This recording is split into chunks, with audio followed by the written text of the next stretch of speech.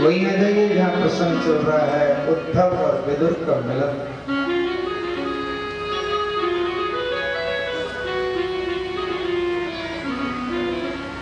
विदुर रोते हुए कहने लगे, उद्धव धन्य तेरे जीवन के लिए, हर समय तू भगवान के सानिध्य में रहता है, भगवान के पास में रहता है, और धन्यवाद का पात्र है तू जो हर समय भगवान की मनोहर लीलाओं का दर्शन करता है। वो कितना बड़भागी होगा जो हर समय भगवान का सानिध्य करता है। भगवान कैसे चलते हैं, भगवान कैसे सोते हैं, भगवान कैसे खाते हैं, भगवान कैसे बंसी बजाते हैं, भगवान किस प्रकार से नाचते हैं, इन सारी मनोहर लीलाओं का आप दर्शन करते हो। धन्य है आप उद्धव। रोते हो। उद्धव ने कहा, विदुर काका मैं भगवान के पास में रहता हूं और तुम भगवान की याद में रहते हो, और भगवान से दूर रह करके भगवान की याद करके भगवान के लिए तड़पने में जो आनंद आता है वो भगवान के पास रहने में आनंद आता है। भगवान के लिए तड़पने में जो आनंद आता है वो पास में रह के आनंद नहीं आता। इसलिए विदुर ने उद्धव से प्रश्न किया। उद्धव ने कहा, काका प्रश्न अगर करना है तो किसी साधु से जाकर करो, आगे चले जाओ, मैत्री ऋषि हैं, उनसे प्रश्न करना, तुम्हारा जवाब मिल जाएगा। विदुर गए मैत्री जी ऋषि के यहाँ।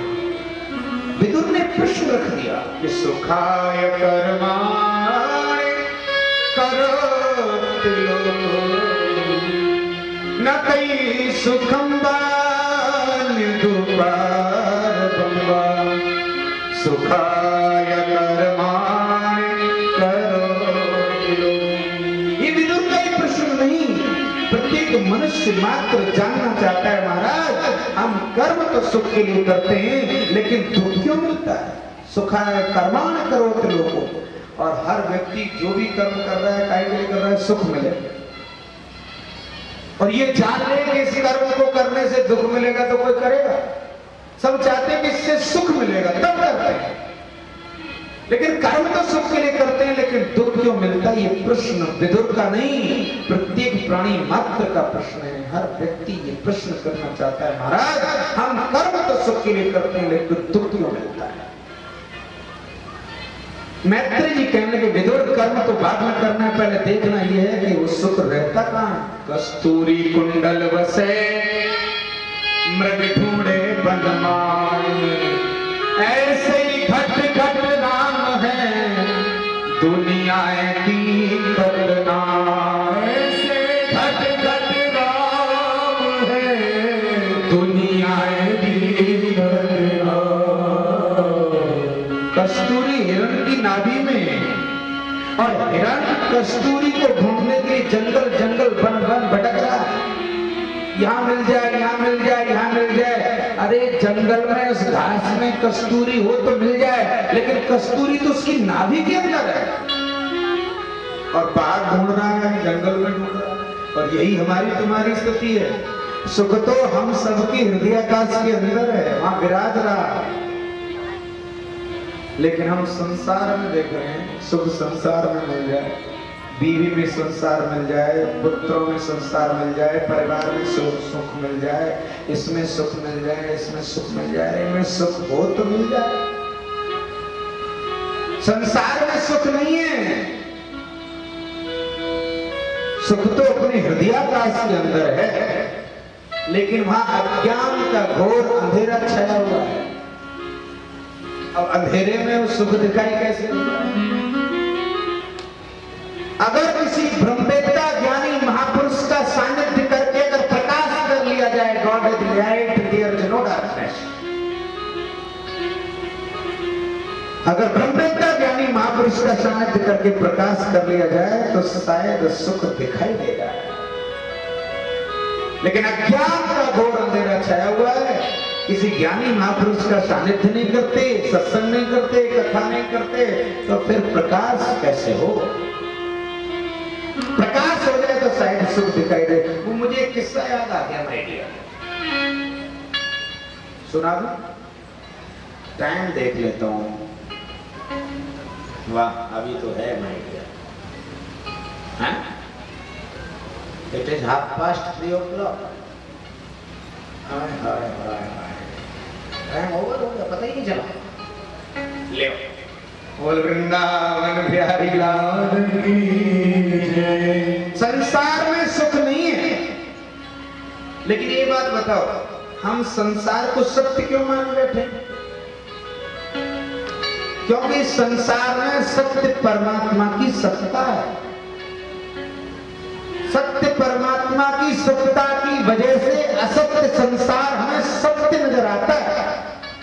ज्यादातर मैं एक उदाहरण दिया करता था, एक वो खरबूजे बेचने वाला गांव की गली गली घूम रहा था। गांवों में ज्यादातर जाते हैं खरबूजे बेचने, गर्मियों में तो ज्यादा ही आते हैं। हमारी गली में तो आता नहीं, आ जाता तो हम भी खरीद लेते। खरबूजे बेचने वाला आवाज लगाता है। क्या आवाज लगाता है? ले लो खरबूजे, मेरे खरबूजे शक्कर से मीठे हैं, ये आवाज लगाता है। और लोग बाग सुनते ही खरीदने आ जाते हैं। एक बुढ़िया माई थी, उसके पोते पढ़ने गए थे, पोतों को खरबूजा बहुत पसंद था और बुढ़िया ने प्यार से पोतों के लिए खरबूजे खरीद लिए कि शक्कर से भी मीठे हैं।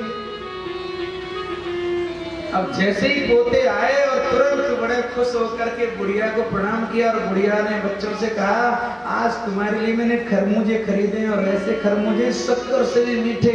और बच्चों ने कहा, फिर तो अम्मा जल्दी खिलाओ।